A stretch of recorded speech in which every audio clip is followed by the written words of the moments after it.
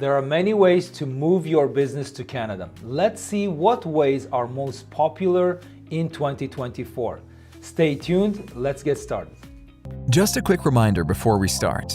Please note that whatever you hear in these live sessions or any content you see on social media by Sabirov's law firm is general information only and not legal advice. While we may use certain real-life scenarios or legal cases for learning purposes, it is important to remember that this does not constitute a legal opinion. For personalized legal advice, please consult with your lawyer or hire a Canadian immigration lawyer. Now, let's get back to our show. Welcome back. We will be talking about specific business immigration pathways or the ways to bring you as an entrepreneur to Canada or your business to Canada. And each of these pathways have a dedicated, has a dedicated video on our YouTube channel. Make sure that you check it after watching this video. As always, we will get back to your question after my short presentation. Okay, as I said, there are many ways to bring your business to Canada. There are two big avenues. One is a federal avenue, federal business immigration programs. The other is provincial nominee programs for entrepreneurs. Here's a list of the most popular ones. We will delve into more details as we go. Startup visa program has become very popular among entrepreneurs, especially with innovative element in their business. C11 or C10 significant benefit work permit has become a preferred choice for those who don't have an existing business in their home country, or they want to bring some kind of benefit to Canada. We will discuss what is significant benefit in a short presentation. Then intra-company transfer for multinationals. The easiest way to expand their business and bring themselves to Canada is intra-company transfer. Literally, that says that you are not entering the Canadian job market. You're employing yourself. You're just expanding, perhaps, to learn about the market, to see if your business will be successful, and then taking a bigger step going forward. Then owner-operator LMIA-based work permit. The ones that I mentioned earlier, there are LMIA-exempt category. There's one owner-operator LMIA work permit which has become more challenging in certain circumstances, but there is an opportunity that I will describe to you today in Canada. It's the timing issue and the population growth, population aging, and so on. And of course, provincial nominee programs for those who don't have great English language skills, or they are older than 40 years old. All of these business immigration programs are geared towards both younger but potentially older generation entrepreneurs who cannot score enough points in the express entry category because of their ages. Okay, so now let's go one by one. Most popular business immigration programs as we speak in 2024 remain the following: C11, C10, C12. There are certain differences, and I don't want to go into detail because I have a dedicated video about those differences. Startup visa program, very popular, and our success rate at Sobirov's law firm in 2023 has been 100% success rate on startup visas. Provincial entrepreneur streams, more demanding, however, still attractive to certain type of entrepreneurs. Quebec Investor Immigrant Program that has been relaunched in January could be one that attracts your attention because it's more about passive investment in a way, while other ways are more active involvement in the business. We will touch base upon that program as well. Startup visa program. Let's make it very simple. It can get you PR, but the PR requirements is that you bring an innovative business, you have a support of a Canadian designated organization, you make a progress with a work permit. C11 work permit is the initial step of coming to Canada, while PR application is the first step to start the startup visa program. Once you have all the requirements in your hands, satisfied, and then you apply for PR. While you wait for PR, because it's taking so long at the moment, you come on a work permit, which is C11 work permit, and you show progress. Government wants to see what are you doing to move your startup project forward. So quickly I run through the requirements. This is startup visa program is for founders of startups to allow up to 5 founders. That means that you can unite forces with others, similar-minded, technically advanced people, and then come to Canada as a group, not just as a sole soldier, right? To move to Canada on a permanent basis, ultimately that could be your aim, regardless of the success of your startup, as long as you meet the requirements. The requirements are foreign nationals must get a letter of support from a designated business incubator, angel investor, or a venture fund. And each foreign national must own at least 10%, and together with your Canadian designated organization, you must own, the whole group must own more than 50% of voting shares. And then each applicant must meet the minimum English or French language skills, which is not difficult to meet, which at a level of CLB 5. That roughly translates into English language test IELTS 5. Each applicant must have sufficient funds, that's your personal funds, to demonstrate to the Canadian government that if you move yourself or with your family, that you can support living expenses of your family depending on the size of your family. So this is, as I said, the formula at the top of the presentation is that C11 work permit, come to Canada, do the progress, then you will get PR, because during the progress there will be a reporting requirements. Every now and then you have to report to the government. What did you do with your startup? Did you move forward? It's not just applying and waiting, apply, wait and see. No, it doesn't work. There are a lot of refusals on the startup visa program because there was a lack of progress in your startup. Okay, so pay attention to that.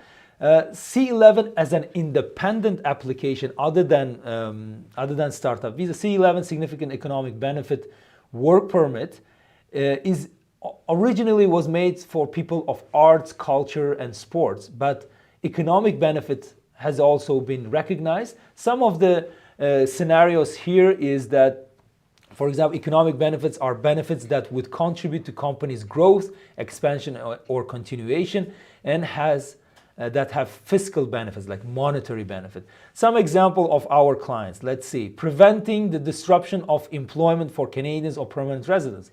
Basically, you are buying an existing business in Canada, coming to manage it. By doing so, you are saving some jobs, right? Business purchases by foreign entrepreneurs, very classic case. Using, also foreign entrepreneurs can use their foreign country expertise and work experience in negotiating and concluding business transactions more successfully, more fruitfully. That means that you are bringing more business to Canada. That could also qualify as significant economic benefit.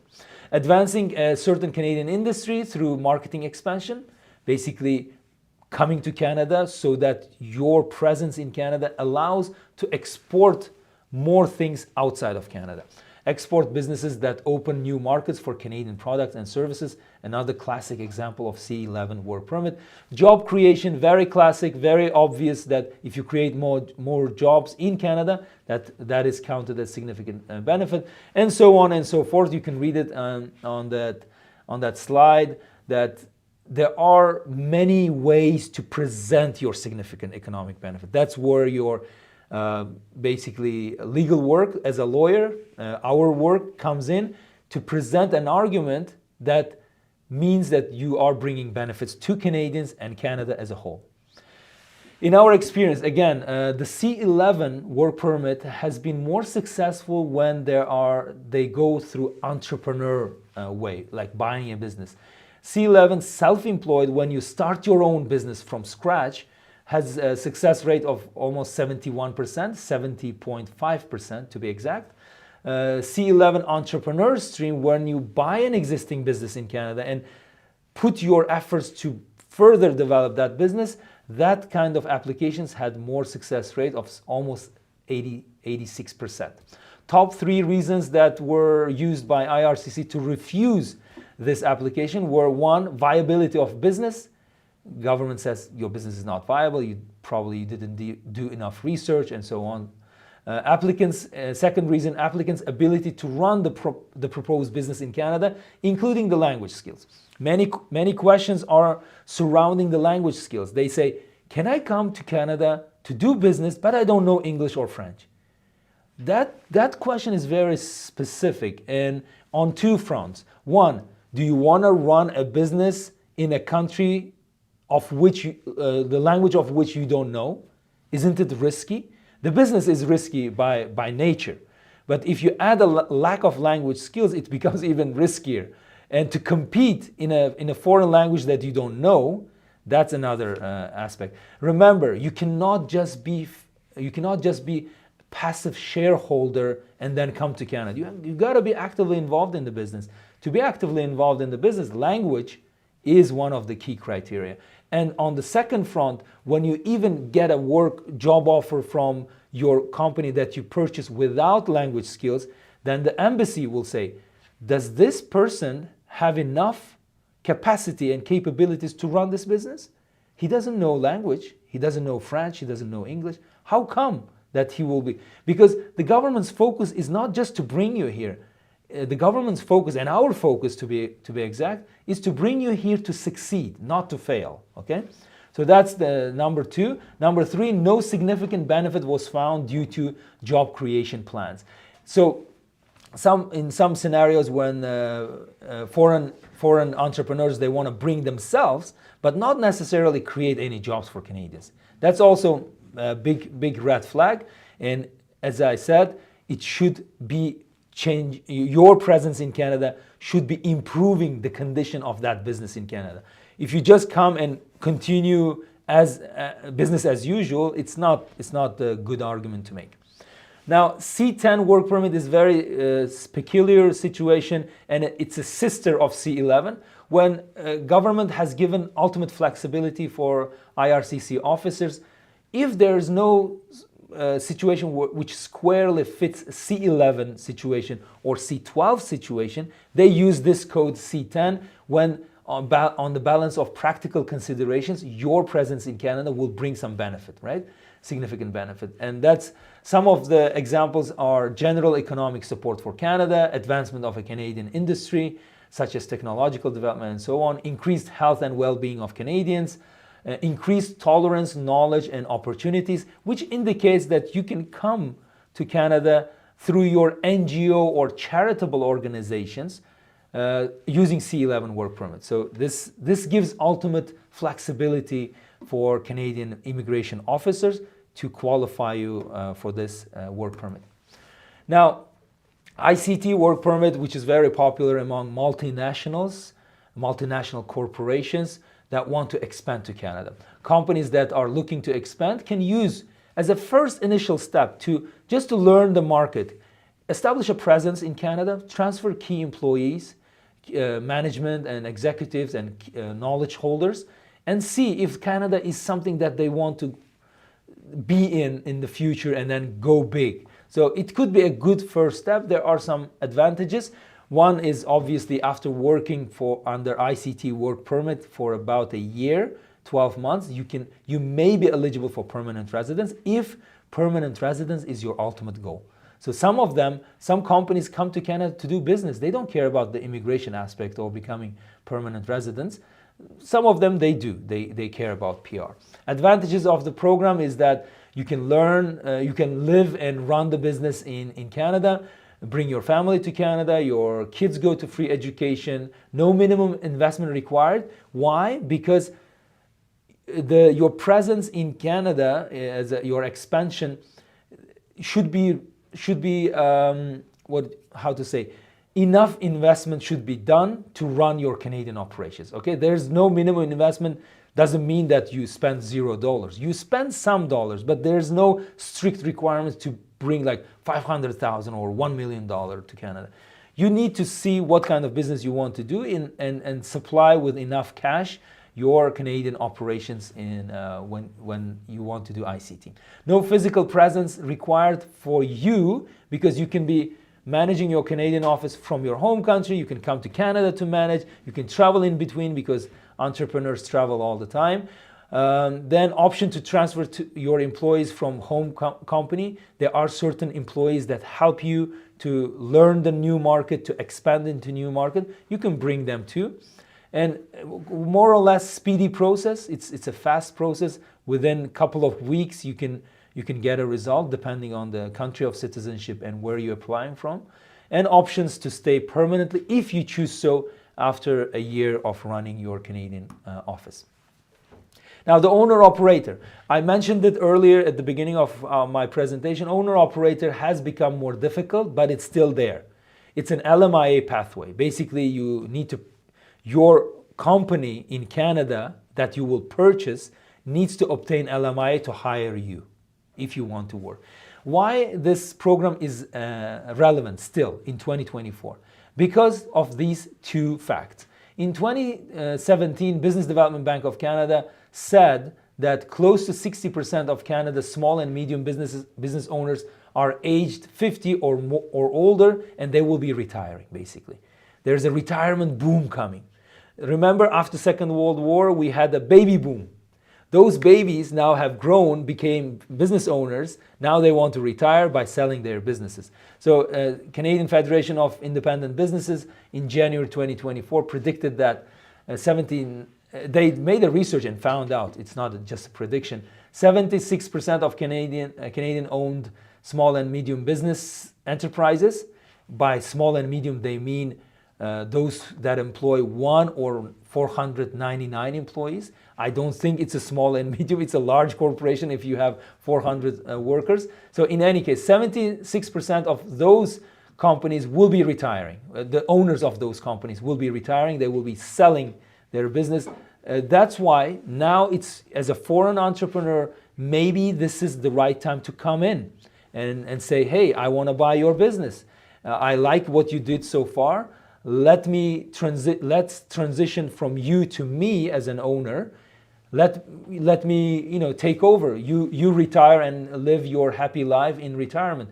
That could be an option, and our team, in-house team, helps you to find the right business. Check out our webpage. It's called Business and Investment Opportunities. We regularly update the businesses for sale. If you are looking to buy a running business with employees, with profitability, with history or good name established for many years, talk to us. Sobirov's law firm can help you find those kind of business. So these two pieces of information gives you an inspiration to also consider owner-operator situation if other situation is not easy for you. Okay. Provincial nominee programs. Now we've talked about federal programs. Now let's talk about provinces. Canada has provinces, and almost all provinces have their own entrepreneur visas, entrepreneur work permit and nomination category. Foreign entrepreneurs can also consider provincial nominee programs if it's suitable for them, and which basically means that you come to Canada, once you select it, you come to Canada to run the business, you run it, make the province happy, and the province nominates you to permanent residence. The whole family can immigrate. One downside to this program is that you need to prove net worth. For example, you need to prove in certain provinces that you have a net worth of $600,000 or $500,000. From that net worth, you need to invest, let's say, $200,000. So the net worth requirements in certain countries, it's impossible to evaluate. You have assets, you have liquid assets, you have non-liquid assets. Then, making evaluation could be challenging. This is a downside of that program, that sometimes the entrepreneurs don't have big amount of net worth. Some people cannot prove net worth, or they don't have much net worth. All they have is an investment amount to run the business. So this could be a challenging for that type of entrepreneurs. Let's see an example of BC PNP-based category, entrepreneur stream. Basically, you prepare your documents, you prepare yourself and research whether BC is the right place for your business. You research the living and doing business in BC, and then you probably can also visit BC on a tourist visa to see for yourself. Then you register your interest. in most cases there's a expression of interest step. So you express your interest, government will look into your plan, your proposal, select you, and then you supply all the documents, all the net worth verification, your business plan, perhaps you're buying a business in BC and so on. You attend an interview with the BC government, then you sign a performance agreement. That performance agreement is very important, under which you will perform, and if you perform properly, then you get nominated. You come here with your family or yourself to run the business for, let's say, 12 or 12 months or 24 months. Then you get nominated after you comply with the performance agreement. Then the nomination goes to federal government. Then you basically get permanent residence at the end of your journey. And now this journey can take longer, okay, longer than other programs. The good side of PNPs are most of them, they don't have strict age limitation. Older people can also apply at the age of 55, 65, and so on. And another good side is that they don't require a very high level of English. Okay, the better you know English, the language skills, English or French, the better you know, the better for you. But overall, that's very good for those who are of older generation and they don't really qualify under other more faster processing programs, business immigration programs. Okay, so another one, the last one but not the least, very popular nowadays among passive investors. Quebec Investor Immigrant Program was criticized many years ago. Now it has been relaunched with new vision. You need to basically you need to make a 5-year term investment. You need to have your net worth verified and invest $1.2 million. That's $200,000 goes to the fund that will never be returned. $1 million will be returned to you. There's a French language requirement, and you get a work permit and live in Quebec. There are certain residence requirements, language requirements, and net worth requirements, and so on. They focus on your ability to live in Quebec and stay there permanently. Okay, that it could be one way for ultra high net worth individuals or high net worth individuals come to Canada through Quebec and through passive investment. As you can see in the requirements, you don't really have to do anything other than giving your money and waiting for 5 years and living in Quebec. It's a beautiful province. You learn French maybe better, or you improve your French, and your kids will be bilingual, both English and French. It's a great program for the right people, so to say. Okay, that was an overview. If you need more detailed guidance on business immigration, you need a competent, caring, and honest team on your side. We've been doing business immigration for more than 10 years. We speak many foreign language, and we've been rated one of the best lawyers in Canada in business immigration by Legal 500. Contact us, talk to our lawyers, determine the best way to go forward with your immigration journey. We will be happy to help.